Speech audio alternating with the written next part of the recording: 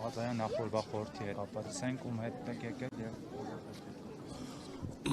Օրվա խորհուրդը բոլորիս պարզ է, մենք հատուկ գալիս ենք, որպեսզի հարգենք, հիշենք մեր անմեղ զոհերին,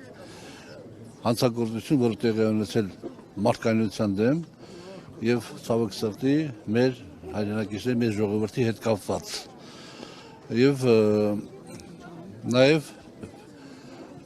այս ամեն ինչը պետք է մեր համար կարևորվի նրանով, որ ոչ այնքան նրանով, որ մենք անդադ ուզում ենք այս հարցը բարձրացնենք, որպեսզի աշխարհին, մեր հարևան պետություններին բերենք այն կարգավիճակին, որ ընդունեն, հասկանան ինչ է տեղի ունեցել, այլ ուղղակի սա մեր պատմության մի մասն է, մեր կյանքի մի մասն է, եւ հետեւաբար մենք վերապրելով այս ամեն ինչը պետք է աշխատենք յուրաքանչյուրս բերենք մեր նպաստը, որ ոչ միայն հայ ժողովրդի նկատմամբ, այլ որևէ այլ ժողովրդի նկատմամբ նմանատիպ անմարդկային, հակամարդկային գործողություններ։ Ցավոք սրտի դուք երիտասարդներն մենք էլ ականատես եղանք մեր կյանքի ընթացքում նմանատիպ իրողության, ինչը կապված է Արցախի մեր հայրենակիցների հետ։ Այսօր Նիկոլ Փաշինյանի ուղերձը դուք լսել եք արդյոք, քանի որ քննադատությունների տեղիք եք, մասնավորապես խոսել է արդարության վերականգնման կոչերի անընդունելիության մասին, քննադատությունների տեղիք եք, ձեր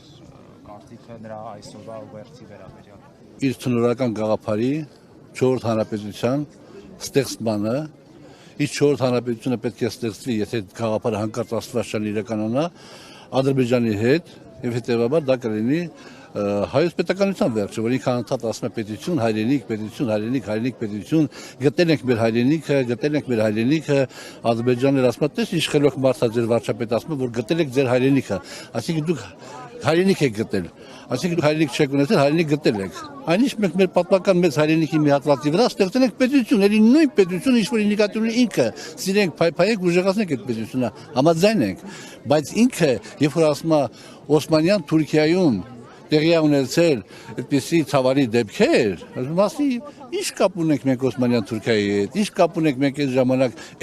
այն հայերի հետ, ինչ կապ ունենք։ Վաղը քաղաքացուն խորոված կանենք, ուտենք, խմենք, մոռացեք այդ ամեն ինչը, մոռանանք, կտրենք արմատներից, որ ստեղծենք 4-րդ հանրապետությունը։ Իր ուղերձը դա է, ըստ էության։ 18 թվականից հետո քաղաքացիորը նշվել է, դուք եւս որպես իշխանության մաս այդ ժամանակ մասնակցում եք։ Վաղը լինելու եք հրապարակում, քանի որ բոլորին է հրավիրում, եւ խորոված партիի, եւ հետո երեկոյան այդ համերգին։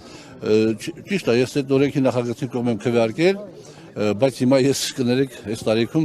այսօր 3 օրա, 4 օրա, 5 օրա մտածում եք, որ ոնց հարմարացնենք մեր գործերը, որ գանք, ասենք հարգենք հիշատակը ամեղ զոհերի, դրանից հետո մի քանի օր ապրում ենք այդ ազդեցության տակ, ճիշտ է, հիմա չենք սգում, հիշում ենք, հիշատակում ենք, բայց այդ օրերով ենք ապրում։ Ինքը ուզում է խորովածով կտրի այդ ամեն ինչը, մեր պատմության այդ մի թելը կտրի եւ նորից եմ ասում, ծառայեցնի այդ ամեն ինչը իր ցնորական գաղափարի 4-րդ հանրապետության ստեղծմանը։ Նույնն հունվարի 27-ի հետ կապված ասեն այդ օրը, որ հռչակեցին, հա, հիշատակի օր, հաջորդ օրը ուրախությամբ ասում են բանակի օր, այսինքն ասում են այս իշխանությունը բոլոր այդ օրերը այսպես հետեւաբար ես արդեն եկել եմ այն համոզման, որ այս ամեն ինչը արվում է նպատակամղված։ Ցավոք սրտի այդ համոզմունքը թաքունի մոտ առաջացել էր մի 2-3 տարի առաջ, ինչի արդյունքում հակասություններ առաջացավ մեր մեջ, ասենք, քաղաքական իմաստով, որովհետև երբ որ ես հարցադրումներ էի անում, թե արդյոք բանակցությունների ընթացքում քննարկվում է ադրբեջանցիների այսպես կոչված փախստականների վերադարձ Հայաստան, ինքը անդադ ասում էր, որ ոչ, իսկ զմռանն էր, երբ էր, որ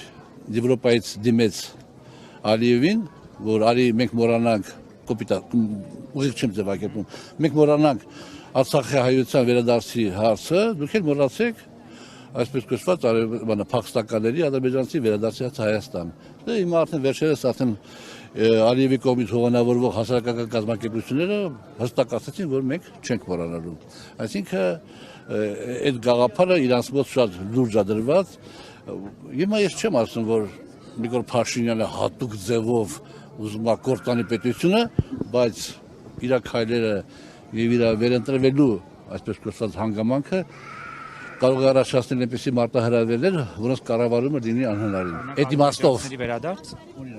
օրինակ ադրբեջանցիների վերադարձ։ Եթե ադրբեջանցիների վերադարձի հետ կապված որևէ փաստաթուղթ ստորագրվի, ապա դա նշանակում է Հայաստանի Նախիջևանացում գգնան մեր երիտասարդները ստե ապագա չեն կապի, որովհետև արդեն դա ակնհայտ կլինի։ Մենք փոքր ենք, մենք 2.5-3 միլիոն ենք, Ադրբեջանը 10 միլիոնի չափ է, Թուրքիան չհաշված։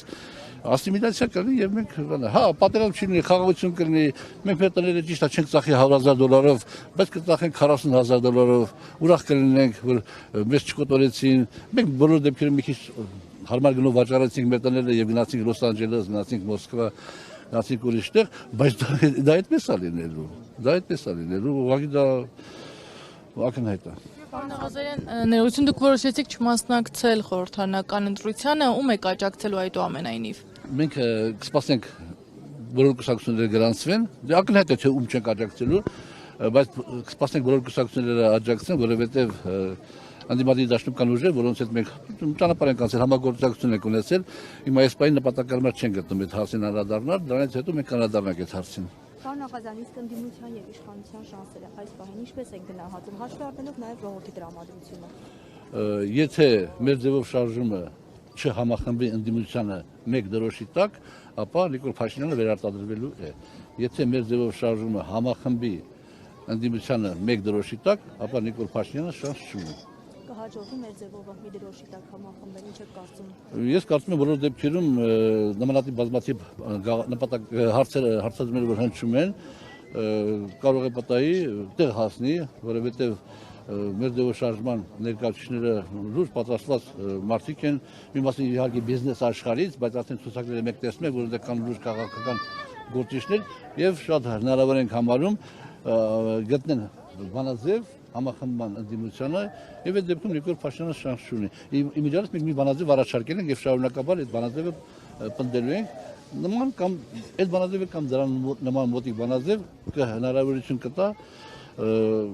ցույց տալ Նիկոլ Փաշինյանի վերարտադրությունը։ Պարոն Ղազարյան, իսկ ձեր որոշման հիմքում բացառապես ձեր կուսակցության քննարկումներն են եղել, թե դուք այդուհանդերձ ունեցել եք նաև այլ ուժերի հետ քննարկումներ, թեկուզ նաև դաշինքով գնալու, որին հասնել չի հաջողվել։ Մենք այլ ուժերի հետ քննարկել ենք դաշինքով գնալու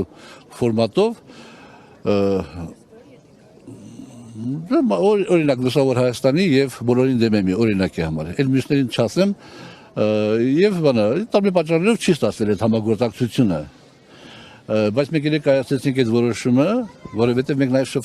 շփվում ենք այս ընթացքում մեր համակիրների հետ եւ եթե ուշադիր եք եղել մեր համաժողովը մենք հետաձգել ենք մի անգամ, որպեսզի կարողանանք այդ process-ները ավելի օբյեկտիվ անցնենք, որպեսզի պարոն Ասլանյանը եւ ես ասենք որ պատգամավոր ենք հիմա այս պահին մեզ թվում է թե մենք ինչ որ մեծ քաղաքական արժեք ենք ներկայացնում, հանկարծ այնպես չլինի որ հակառակ էֆեկտ ունենա, այն իմաստով հակառակ էֆեկտը, որ եւ պարոն Ասլանյանն եւ իմ նպատակն է այս պահին անել մեր համեստ հնարավորությունների սահմաններում ամեն ինչ, որպեսզի Նիկոլ Փաշինյանը չվերարտադրվի։ Հիմա պատկերացնում եք, մենք մասնակցենք ընտրություններին եւ հավաքենք 3.9% ձայն եւ դա ճակատագրական լինի իմաստով որ չանցնենք, մենք չանցնենք եւ ճակատագրական լինի իմաստով որ Նիկոլ Փաշինյանը վերարտադրվի։ Այդ դեպքում մեր այսպես կոչված արտահայտած մտքերը գաղափարները իդերև կլինեն։ Հալա չեմ ասում որ մենք լավա փառքաստու որ երեք այդ որոշումը ընդունեցինք։ Այսօրվա իր բանից հետո մենք առավել եւս պարտավոր էինք այդ որոշումը ընդունել իր ուղերձից հետո։ Իշխան Սաղաթելյանի կոչին մասնավորապես ընդդիմությանը, որ միասնական հանրահավաք իրականացնեն, դրա վերաբերյալ ձեր դիրքորոշումը, կուսակցության դիրքորոշումն ինչպես է։ Միասնական հանրահավաք հասկացնելու գաղափարը լավ գաղափար է, բայց բանաձևերը ես պարոն Սաղաթելյանի բոլոր հարցազրույցները գրեթե նայել եմ, այն բանաձևերը, որոնք ինքը առաջարկում է, իմ կարծիքով ամբողջական չեն։ Վերջի պահը ամբողջական չի։ Մասնավորապես նշмарվում է հետընտրական, այսպես կոչված, ինչ-որ դրսևորումներ, հետընտրական դրսևորումներ։ Այսօր նայեք, վերցնենք այս դաշնակցությանը։ Այսօր պայմանական 100 քաղաքացի կարող է գա փակ գախնի քվեարկությամբ ձայն հետա դաշնակցությանը, փակ գախնի քվեարկությամբ, որովհետև չի ուզում իր հարևան Գևորգը, որը պաշտոնյա է, իմանա, որ ինքը դաշնակցությանը ձայն է տվել, բայց փակ գախնի քվեարկությամբ կտա։ Բայց որ դաշնակցություն ասի արի բան անենք, փողոցային պայքարը սկսենք, ինքը չի գա, որտեղ իր հարևան Գևորգը կիմանա, որ ինքը արդեն դաշնակցությանը աջակցում է։ Հետևաբար հետընտրական այդ process-ները պետք է լինեն միայն դեպքում, արդյունք ոչ թե պետք է լինեն, այլ արդյունքը տա միայն այն դեպքում, երբ որ ակնհայտ ինչ-որ բաներ տեղի ունենան։ Պետք է ամեն ինչ անել, որ հունիսի 7-ին այդ հարցը լուծվի։